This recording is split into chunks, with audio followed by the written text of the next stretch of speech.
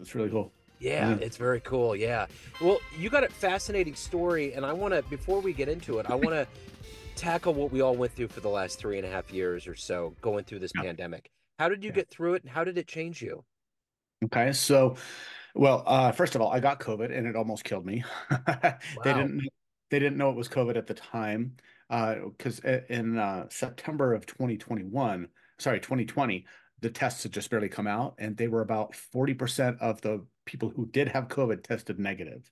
Now, Yeah. if it tested positive, you definitely had it, but 40% of the negatives were actually positives. So I was so sick that I thought every day for about 2 weeks I was going to die when I went to sleep. And they wouldn't, the doctors, they wouldn't do even a chest x-ray to see if it was pneumonia or something like that. They just said, here's some antibiotics that you're allergic to. So I had to go back and get it. It was a roller coaster there. But, owning one of the largest martial arts and meditation academies in Utah's history, COVID just crushed us like it did for about half of the martial arts schools in the entire country.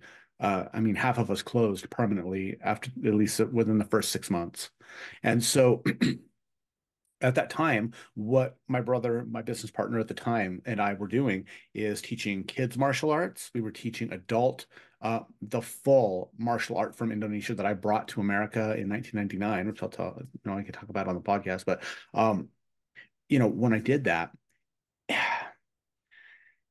it was amazing because we'd have women's self-protection workshops, seniors health and fitness, breath work and meditation classes, kids classes. We had the vibrovision, or the seeing without your eyes classes, which is really why I brought this art to America so long ago, is to help blind people see vibrationally, which I know that sounds quite out there, Star Wars time, but it's actually true. And, over the past 20 years, we were able to prove to medicine and science, quantum physics, neuroscience, and even blind people that yes, you can see with your mind. It's not all about your eyes, but not everybody can do that. But it's still an amazing skill that if you can, oh, you want to be able to, right? Yeah. And so when the pandemic hit, obviously it turned everything upside down. And for our school, nobody wanted to spar from 6 feet away with a mask on, and nobody wanted to be able to do their weapons forms in their living room from Zoom, Yeah. as their little sister walks through their legs. So the attrition rate was extremely high. I still kept all of my staff on for as long as I possibly could, paying them. And even with the government assistance with the PPP funding to help, it still wasn't enough. And so we had to pivot and find something else that we could do. So in January of 2021, we decided we were going to pivot to only doing seminar, workshop style training for this blindfolded mindset skill. And that way we could have people who are willing to travel, who were the brave few to get on a Delta flight, uh, who would come in and pay a premium to come and learn directly with us. And we did that for a couple of years. And then just about a year ago now, a little bit over a year ago, my brother and I, after 23 years in business, we decided to split. We decided we'd done exactly what we needed to do together, but now we've gone in separate paths, business wise, because we have different people to serve. And I love to serve people in a way that just didn't fit the paradigm that we were in before. It just that's too restrictive as far as my own self-expression and my ability to bring what I really have to the world. And so I decided, you know what? We both decided, let's do this together alone. And so Yeah. he's doing his thing with what we did before, and I'm doing something that is still that, but it's so much more because I'm adding in biohacking and supplementation, different nutrition, all organic foods, but then things like vibroacoustic therapy so that you can vibrate all of your energy centers depending on the frequency they vibrate at, that they resonate at, and your whole body. When you meditate, your whole body is completely immersed in it. It's the next level for sure. Yeah. And I've been meditating for about 36 years, almost every single day since I was about 12 or 13. And this has been a longer journey for me. And this stuff is just incredible. And so I've got all kinds of other technology that just wasn't available before Yeah. and bring now. So yeah. So, as the founder of the Integrated Ascension Method, let's say I put you in front of a bunch of third grade students and you come in and introduce yourself. It's career day, but they want to know exactly what you do for a living. And one of the Sure. kids asks, "What do you do for a living?" How do you answer them? Well, for third graders, I would tell them I teach real life Jedi skills. Right on. Yeah. I teach something from a royal family that only two people in the whole country are certified to train people in this. My brother and I, that's it. And it's a lineage 500 plus years old that was passed down from a king to his heir for 450 years before anybody outside the palace got to actually use it and try it. And then in 1999, I got to be the first American to ever learn this. And that way we help blind people to be able to see the world with their eyes, if they don't have eyes. And we help people to heal themselves and be stronger and set personal bests in everything that they do. It's Yeah. truly a holistic, not martial art, a holistic life art. It really is. So, what impelled you to go and learn this? Yeah, that's so I get asked that question a lot. And for my whole life, ever since I was about 7 or 8, when my mom brought home a VCR, where that was back in the day where you rented VCRs, nobody, Yeah. very few people actually had a VCR. Yeah. And she rented a ninja movie and she rented Bruce Lee movies and she rented Star Wars. And so I always wanted to be a ninja, like a ninja, a ninja and a Jedi both. And obviously, growing up in a small town in Huntsville, Utah, the only people that I could practice martial arts on were my brothers, and they didn't like that very much. But no, actually, we got pretty good by using this stuff on ourselves. But the thing is that I always knew from about the age of 12 when I started having out of body experiences, like my spirit would leave and I'd see my body and I'd be able to travel. And I've just recently been having more of those in the past week or so. And I knew that there was more to my being here than just my physical body. And since I'd been bullied really heavily up here I'm not of the predominant faith of Utah, and I was the only kid in my grade that wasn't. And so I was a prime target for ridicule by the kids because I didn't go to the same churches they all went to. And so every single day, pretty much during school, from first grade to 10th grade, there was a lot of significant physical and mental bullying. So when I was 12, I started having these out of body experiences, kind of like my soul was telling me, it's okay, hold on, it gets better. There's more than what you see on the surface here. Yeah. And so at the age of 16, I started really getting into meditation and body experience training, binaural beats, and things that now a lot of people just, oh, yeah, that's what we do. But back then, not a lot of people really knew about this. The internet wasn't around, it was barely even here. And so when I was 23, I had a spiritual, like a real soul calling. And I was working at a credit card company, living out my life, my dream of being a customer service rep. And but I always still had that in my mind. After training in martial arts, once I could go to a bigger city, I still wanted to be a ninja. And so when I looked in a black belt magazine and I saw this little ad that says inner power in 2 weeks guaranteed, or you get your money back. I'm like, sold. Give me Yeah. that. And it came with a chintzy little manual that was absolutely useless, but it did come with a VHS tape that showed a documentary on Indonesian martial arts. And it was an Indonesian documentary. So all in Indonesian, didn't understand a word. And on that video, there were some people doing things that I'd never seen in the martial arts world before. Things like breaking, like people, we're used to seeing people break boards or bricks, or at least we have probably seen it. But when was the last time you saw somebody put up the leaf springs of a suspension of a truck and break that? Yeah. Or a stack of steel files or iron or stone, quarried stone, just barely touching it. Or like that old Jean-Claude Van Damme movie, Bloodsport, hitting the top brick and breaking the bottom brick. I'm like, no way, but it's pretty awesome. Yeah. Um, and then on that video, it showed people who were blindfolded or blind. And these people were doing, I mean, they were fighting full contact, bare knuckles. The military people who were shooting targets, And it even showed blind people who were able to ride bikes and ride motorcycles through traffic. I mean, these people were, their eyes are white as a sheet. And again, I thought, no way, that can't be real. And then the next day, my spirit said, "Hey, guess what? We have a calling for you." And I watched a woman, a blind woman, almost get killed right in front of me, trying to cross the street with her dog, and her dog led her face first into a light pole.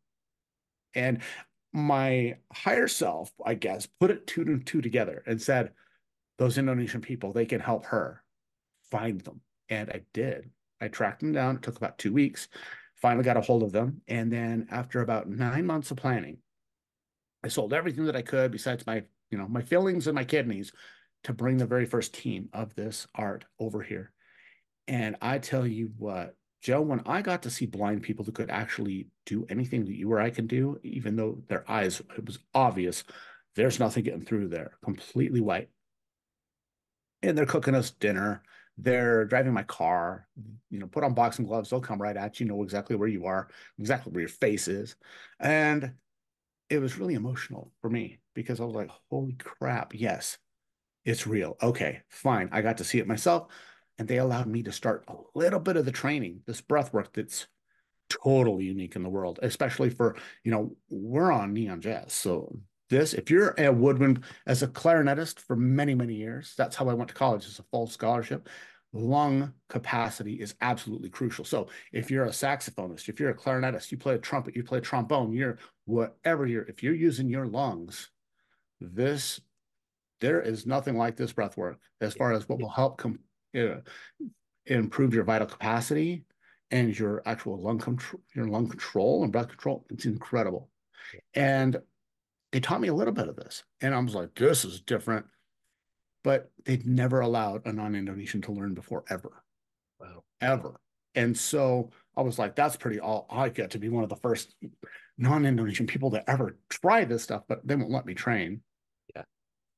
Turns out there just happened to be of three people in the entire country that were certified trainers in this art, which is called Merpati Putih, or the White Dove system. One just happened to be living in Salt Lake City getting his postdoctoral master's degree in speech pathology at the University of Utah. Just happened to live there. Yeah. And the other ones were in New York City, or sorry, Washington, D.C. at the embassy for Indonesia. The other one was in L.A. at the consulate general's office. And this guy just happened to be right there, an hour from me. And the chairman told me when they were leaving, he's going to be your trainer. And I'm like, wait a minute, what? No, no, no, no, no, no. I just want to help you guys. I don't think I'm worthy of this. I mean, I'm just some kid from Huntsville, Yeah. 23 at the time, but I really wanted to make a difference. And so, yeah, they hooked me up, and I got to be the very first non-Indonesian person ever to actually start the training and be able to go through the ranks. And after about 3 weeks of training with this guy, my younger brother decided to jump in on as well because he'd done martial arts for a long, long time, way more than I had. And together we became the first, like the two. If you've ever seen the movie The Ghost in the Darkness about those two lions, Yeah. the Val Kilmer, Michael Douglas movie, these Yeah. two lions leave their cave and go and kill a bunch of railroad workers. And it's a true story. Well, we were like the ghost and the lightness. So we were two brothers living in our man cave house, and we would go out to spread light to teach this method to be able to help empower people. And then we'd come back to our cave, and we did that for a long, long time. And, after we first got to be training, our instructor, he didn't like us much. He didn't want us to be able to learn. He was only doing it at the request of the 11th generation royal family heirs of this knowledge. And so he tried everything he could to get us to quit. And as you can see, I didn't, but I didn't quit. But when it came down to it, a year later, we actually brought the 11th generation royal family heirs to Utah, and they personally tested us. They inaugurated our school as the very first outside branch, Wow. and they uh, trained us. They trained us in a lot of things that they normally wouldn't train people in over there. And Yeah. you got to think in the martial arts world, these are the 10th degree black belt, like the founders of the system who were sitting here helping people just earning their very first, like first degree black belt. Yeah. in the martial arts world, that doesn't usually happen. Usually the Right. grandmasters work to the seventh, eighth, and ninth degree black belts. At that point, they don't, they have other people teaching the Yeah. things. Wow. So it was a huge honor for us. And that's really how I got started is providence, serendipity, soul calling, whatever you want to call it. It was a path laid out for me by, I really believe, an aspect of myself that I can't even fathom. It's so grand. So who's been a hero for you in your life? A hero for me. Oh, definitely my dad. Yeah. Yeah, definitely my dad. Huge, everything from being a hippie to being a cowboy to he's gone through different iterations and things that he loves to do in his life. But one thing, a couple things that my dad has just been a great example of is that of a leader.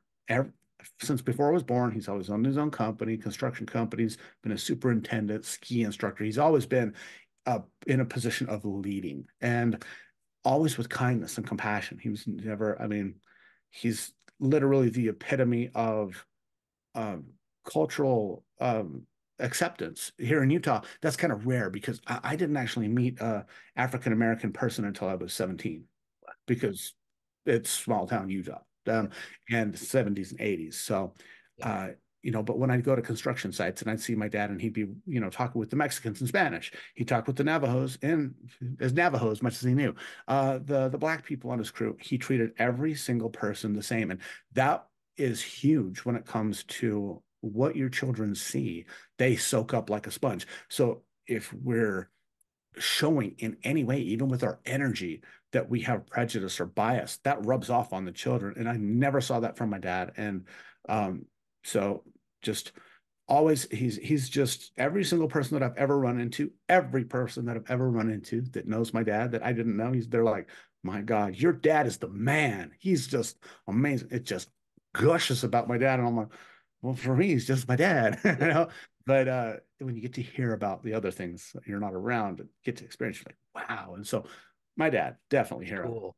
Totally. So if you can meet anybody alive on the planet right now and spend some time with them, is there anybody you would love to meet and talk to? Oh, there are many people that I'd love to meet and talk to. I believe Eckhart Tolle. Yeah. What would you like to ask? Actually, nothing. Okay. I'm not really that interested. I'm interested in being in his presence Yeah. Okay. and sharing presence with him. That's all. And that's all he would want from me or anyone else anyway, too. Yeah. So let me ask you this. Of all of the people that you've helped, what's been one of your best success stories? One that always puts a smile on your face? Oh my God. Okay. Okay. Rolodex time. So a good friend of mine, his name is Drew Brophy. And you can actually, if people go to my website, the IamPure.energy website, they can see Drew's testimonial right there on the homepage. And why it's really moving is because I've trained thousands of people over the past 20 years. But when you have a massive change happen in just minutes for somebody, those are some of the ones that like stick out like holy cow, night and day. So how this worked was with Drew. I was training a group of artists down in Costa Rica a little bit over a year ago, and there was this guy there that was he seemed really frail. He was having trouble walking upstairs, and he was big, like looked like okay, taller than me. He's probably 6'1", 6'2". Looks like he should be powerful and strong, but he wasn't. And so I talked to he and his wife, and I've got to hear the story that this guy is one of the most famous big wave surfers in the world. This guy has surfed everywhere, everywhere in the world, from Africa, Australia, you name it, everywhere. And he got COVID. He got COVID so bad that he was on a ventilator for Wow. 70 days. He Wow. holds the world record for being on a vent the longest and living and Wow. recovering. He was in a coma, medically induced coma for 30 days and woke up Christmas Day, 2021, paralyzed from the neck down. So he had to learn how to walk, move his arms, breathe. He was on a breathing machine that they took home to breathe for him. He Wow. had to learn how to do all this stuff again. So when I met him in November 2022, he had already made a great progress, great comeback, right?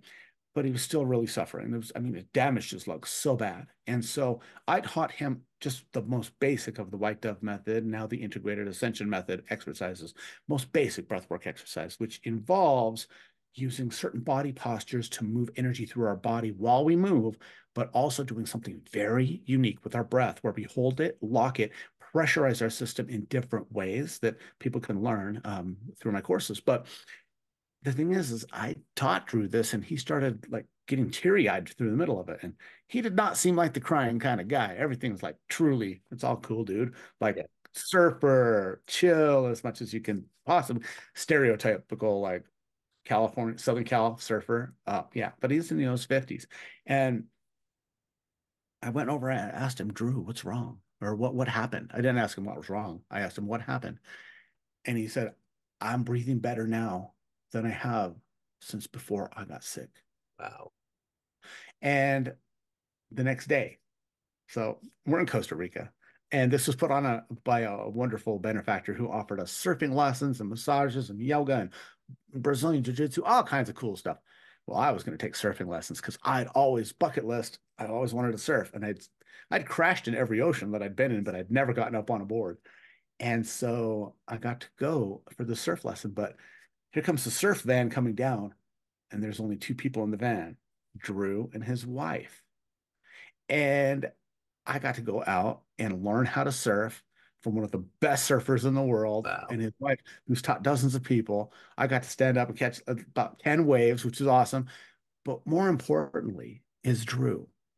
For the first time since he got sick, he was able to paddle out and catch waves and ride them like from way out there. I wasn't close. He was way out there.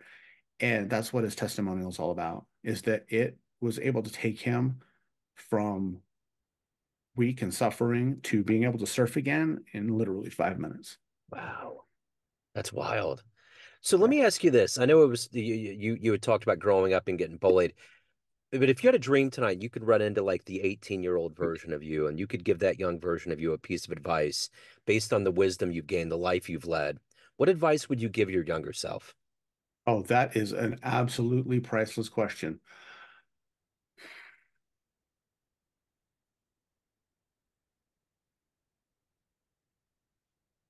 Stop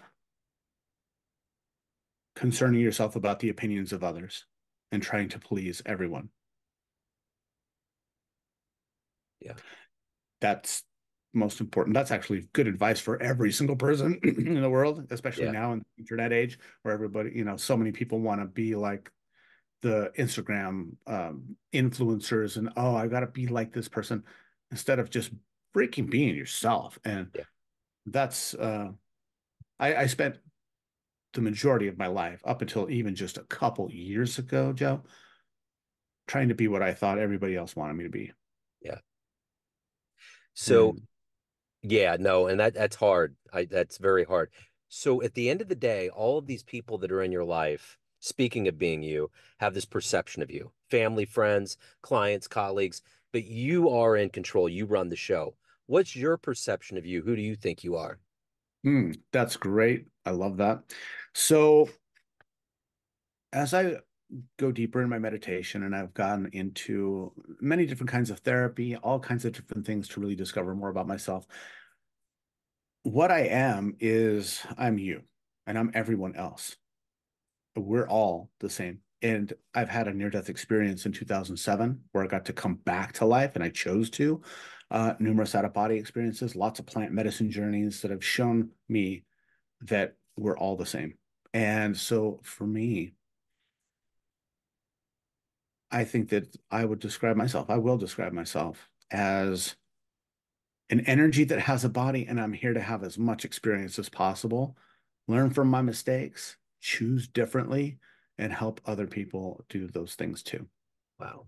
Well said. So speaking of, if anyone out there wants to hire you, learn more about your method, how can they do that? How can they reach out and do that? Oh, well, first of all, thank you very much. And second of all, I somehow was able to get what I consider to be like one of the coolest website URLs, easy to remember, especially for what I do. It is iampure.energy. Wow. Yeah, so like I am pure energy. if I was a plumbing supply store, it wouldn't have the same oomph, but Right. do what I do. Yeah. So I am pure dot energy. People can go there, get my free ebook, which will tell you about the system, give you a lesson on shielding yourself energetically, but also I have a free class. So people right off the bat need to go to my website, I am pure dot energy, and get the free class. It's right there. And it's an energy shielding breathwork class right off the bat. It's very basic, but it's absolutely vital for people who ever deal with other people. If you want to be sovereign and be in your own energy and your own power, instead of being at the not at the mercy, but I would say at the affect of other people's energy and frequency, which we all have that. We all are, we Venn diagram with each other. So I am pure dot energy.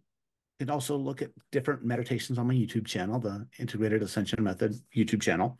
And that's the best way right off the bat. And then you'll have the opportunity to learn more about the online courses, which there's nothing like it. It's not Wim Hof.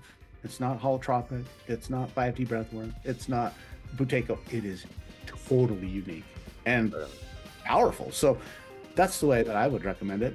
I love it. I love it. What a great story, Nate. Thank you so much for opening up. Thank you for your time. Have a wonderful 2024. I appreciate it. You too, Joe. Thanks for having me. I appreciate you. Thank you, sir. Take care.